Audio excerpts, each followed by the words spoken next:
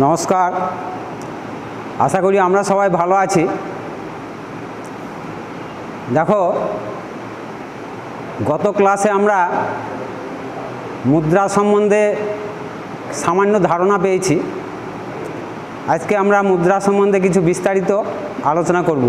মুদ্রার সঙ্গে আমরা পরিচিত হব। তাহলে মুদ্রা বলতে আমরা কি বুঝি? যে দেখো, দৈনন্দিন জীবনে আমাদের অনেক কিছু কেনাবেচার প্রয়োজন হয়। তাই কেনাবেচার প্রয়োজনে আমাদের কি করতে হয়, কি করা উচিত, সেটা প্রশ্ন উঠতে পারে যে দৈনন্দিন জীবনে কেনাবেচা করতে গেলে আমাদের কিসের প্রয়োজন হয়? তো প্রয়োজন হয় আমাদের মুদ্রার। তাই মুদ্রা কখন থেকে এলো, কিভাবে এলো, ধাপে ধাপে সেটা আমরা আজকে জানব। তাই প্রাচীনকালে যেসব জিনিসপত্র কেনা বেচা হতো, এটা কিন্তু বিনিময়ের মধ্য দিয়ে, একটা জিনিসের পরিবর্তে আর একটা জিনিস, এই যে দেওয়া নেওয়া, এটাকে বলা হচ্ছে বিনিময় প্রথা। আমরা ইতিহাসে পড়েছি, বড় হলে আরও পড়বো আমরা। তাই বিনিময়ের মধ্য দিয়ে আমরা জিনিসপত্র দেওয়া নেওয়া বা কেনা বেচা চলতো। এটা কি দিয়ে চলতো? ধরো আমি ধান উৎপাদন করেছি, সেই ধানের পরিবর্তে আমি ধরো তাঁতিকে আমি সেই ধানটা দিলাম। তাঁতি তার পরিবর্তে আমাকে আমার পোশাক প্রয়োজন আছে, জামা কাপড়, সে আমাকে জামা কাপড় দিল। আমার গম হয়েছে, আমি তোমাকে গম দিলাম, গমের পরিবর্তে তোমার কাছে আমি চাল বা ধান পেলাম। এইভাবে আমার হয়তো আমি ডাল উৎপাদন করেছি, ডালের পরিবর্তে তোমার কাছে আমি মাছ পেলাম। এইভাবে একটা জিনিসের পরিবর্তে আর একটা জিনিস, এই যে দেওয়া নেওয়া, এই যে প্রথা, এইটাকে বলা হচ্ছে বিনিময় প্রথা। তাহলে এই বিনিময় প্রথার মাধ্যমে এইভাবে দেওয়া নেওয়া চলতো, এইভাবে তখন মূল্য নির্ধারণ হতো। এই পরবর্তীকালে এলো এবার কি কড়ি। তখন গরুরও বিনিময় প্রথার মাধ্যমে ব্যবহার করা হতো, গরুর পরিবর্তে জিনিসপত্র দেওয়া নেওয়া চলতো। তারপরের ধাপে এলো কড়ি। কড়ি আমরা অনেকে দেখেছি, বাড়িতে দেখবে তোমাদের যেমন মায়েরা লক্ষ্মী পূজা করে, সে লক্ষ্মী পূজায় ভাড়া দেখতে পাবা অনেকে কড়ি থাকে, তার পূজা হয়। ধান, কড়ি, শঙ্খ এসব থাকে অনেক কিছু, সেগুলো কিন্তু পূজা করা হয়। তোমরা একটু লক্ষ্য করলে দেখতে পাবা। আর সমুদ্রে পাওয়া যায় এই কড়ি। এই কড়ির ছবি তোমরা বই দেখতে পাবা, সবাই বই খোলো, দেখো বই তোমাদের ছবিতে আছে, কড়ির ছবি দেওয়া আছে। তাহলে এই কড়ির মাধ্যমে তখন কিন্তু জিনিসপত্র দেওয়া নেওয়া চলত। কিন্তু তাতে অনেক অসুবিধা দেখা দিল। কীরকম অসুবিধে? যে এই কড়ি, অনেক কড়ি বই নিয়ে যাওয়ার ক্ষেত্রে অসুবিধা হতো। এক জায়গা থেকে আরেক জায়গায় নিয়ে যাওয়া, নিয়ে আসা, সে অসুবিধার জন্য কিন্তু এই কড়ি প্রথাটা পরবর্তীকালে উঠে গেল। তারপরে এলো সোনা, মুদ্রা, ব্রোঞ্জ বা রূপার, যেমন চাঁদির টাকা, এইসব এলো। তারপর থেকে ধাতু মুদ্রা যেগুলো এলো, যেমন টিন, ব্রোঞ্জ, সৎ, লোহা, তামা, এই সব মুদ্রাগুলো তখন চালু হতে লাগলো। এইবার আমি দেখাচ্ছি, তোমাদের বইয়ে আছে, ছবিতে তোমরা দেখতে পাবা যে এখানে বইয়ের ছবিতে আছে, এখানে যেগুলো আগে প্রচলিত ছিল, এই মুদ্রাগুলো আগে প্রচলিত ছিল। কীরকম? এই দেখো, 1 পয়সা, 2 পয়সা, 3 পয়সা, 5 পয়সা, 10 পয়সা, 20 পয়সা, 25 পয়সা আর 50 পয়সা। এই মুদ্রাগুলো কিন্তু আজ থেকে যদি আমরা পিছিয়ে যাই, তাহলে আমরা দেখতে পাবো মোটামুটি 25-30 বছর যদি পিছিয়ে যাই আমরা, তখন এই পয়সাগুলো কিন্তু প্রচলিত ছিল। কিন্তু বর্তমানে এখন এই পয়সাগুলো প্রচলিত নাই, অর্থাৎ চলে না, এগুলো অচল। এর পরিবর্তে এখন আমাদের বর্তমানে যে টাকা বা পয়সাগুলো প্রচলিত আছে, সেটা আমরা পরবর্তী পৃষ্ঠায় ছবিতে দেখতে পাবা। দেখো এখানে 1 টাকা, 2 টাকা, 5 টাকা, 10 টাকা, এখানে দেখো 10 টাকা, 20 টাকা, 50 টাকা, 100 টাকা, 200 টাকা, 500 টাকা, 2000 টাকা। বর্তমানে এই টাকাগুলো এখন প্রচলিত। বা এখন এগুলো পরিবর্তে আমরা জিনিসপত্র কেনাবেচা করছি।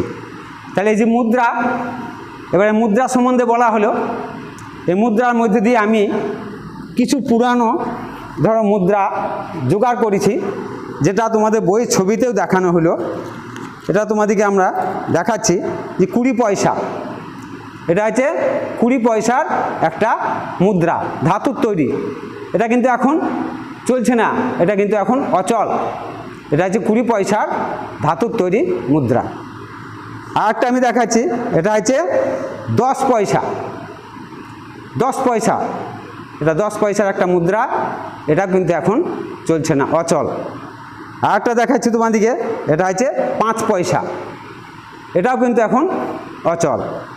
এইভাবে দেখো, এটা 2 পয়সা, এটা হচ্ছে 2 পয়সা, এটাও ধাতুর তৈরি মুদ্রা, এগুলো এখন অচল। এটা হচ্ছে 25 পয়সা, এটাও এখন চলছে না। এই কয়েকটা মুদ্রা আমি জোগাড় করেছি, এগুলো দেখালাম। এতে আছে 50 পয়সা আছে, যেমন 25 পয়সা মুদ্রাকে বলা হয়তো সিকি, 50 পয়সার মুদ্রাকে বলা হয়তো আধুলি।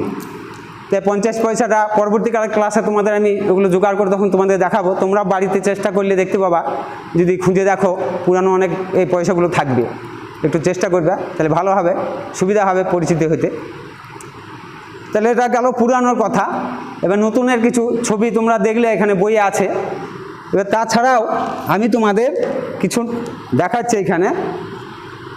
তার আগে আমি বলি যে মুদ্রা, মুদ্রা অর্থ হচ্ছে টাকা পয়সা, টাকা ও পয়সা। তো এই মুদ্রাকে 2 ভাগে ভাগ করা হয়। মুদ্রাকে আমরা 2 ভাগে ভাগ করতে পারি। একটা ধাতুর তৈরি মুদ্রা, তাকে বলা হয় ধাতু মুদ্রা, আর একটা হচ্ছে কাগজের তৈরি মুদ্রা, তাকে বলা হয় পত্র মুদ্রা বা নোট। তাহলে কী বললাম আমি, এটা মনে রাখতে হবে আমাদের, এগুলো প্রশ্ন আসবে যে ধাতুর তৈরি মুদ্রাকে বলা হয় ধাতু মুদ্রা, কাগজের তৈরি মুদ্রাকে বলা হয় পত্র মুদ্রা বা নোট। তাহলে এখানে আমরা যেটা দেখালাম ধাতুর তৈরি মুদ্রা, আর এগুলো হচ্ছে পত্র মুদ্রা বা নোট। দেখো এখানে আমি এখন যেগুলো প্রচলিত টাকা, সেটা হচ্ছে 500 টাকার নোট। এটা এখন আমরা জানি সবাই, বাড়িতে সবাই আমাদের আছে, এবং বাড়িতে আমরা যদি চেষ্টা করি টাকা পয়সার সম্পর্কে পরিচিত হতে পারে, বর্তমানে যেগুলো চলছে এখন এগুলো আমরা ব্যবহার করছি। তো এটা হচ্ছে 500 টাকার নোট। আর একটা দেখাচ্ছি, দেখো এটা হচ্ছে 200 টাকার নোট, এটা হচ্ছে 200 টাকার নোট। হ্যাঁ, এটা হচ্ছে 100 টাকার নোট, এটা হচ্ছে কত টাকার নোট, 100 টাকার নোট। হ্যাঁ, আর এটা হচ্ছে 50 টাকার নোট, 50 টাকার নোট এটা। আর এটা হচ্ছে, দেখো লেখা আছে, বলো তো তুমি কত টাকার নোট? হ্যাঁ ঠিক বলেছো, 10 টাকার নোট। তাহলে এইভাবে আরও আছে, 2000 টাকার নোট আছে, 20 টাকার নোট আছে, যেটা আমার কাছে নাই, সেটা তোমরা বাড়িতে চেষ্টা করলে দেখতে পাবা। বাবা মাকে বললে তারা তোমাদেরকে দেখাবে এবং পরিচিত হতে পারবে আরও ভালো করে। তাহলে এই গেল নোটের কথা আর ধাতুর তৈরি মুদ্রার কথা। তাহলে আমরা কি বললাম যে ধাতুর তৈরি মুদ্রাকে বলা হয় ধাতু মুদ্রা, আর কাগজের তৈরি মুদ্রাকে বলা হয় পত্র মুদ্রা বা নোট। তাহলে এটা আমাদের জানতে হবে। দেখো তোমরা এবার খাতায় পেন্সিল, রুল পেন্সিল বার করো।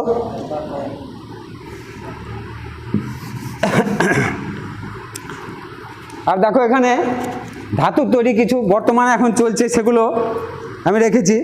দেখো 10 টাকার একটা মুদ্রা আছে, এটাও ধাতুর তৈরি। তাহলে একে বলা হচ্ছে কয়েন বলা হয়, ধাতু মুদ্রা বা কয়েন বলা হয়। তেমনি 1 টাকা আছে, 1 টাকা আছে, 1 টাকার মুদ্রাকে এটাও বলা হয় কয়েন, 1 টাকার কয়েন। তেমনি 2 টাকার কয়েন বলা হয়। এইভাবে এগুলোকে বলা হয় কয়েন। 5 টাকার কয়েন বলা হয়। তাই এগুলোকে বলা হয়েছে ধাতু মুদ্রা বা কয়েন, আর কাগজের তৈরিকে বলা হয় পত্র মুদ্রা বা নোট। এগুলো আমাদের মনে রাখতে হবে। তাহলে এখানে আমি কিছু প্রশ্ন করছি তোমাদের, যে 1 নাম্বার প্রশ্ন, যে মুদ্রাকে কয় ভাগে ভাগ করা যায়?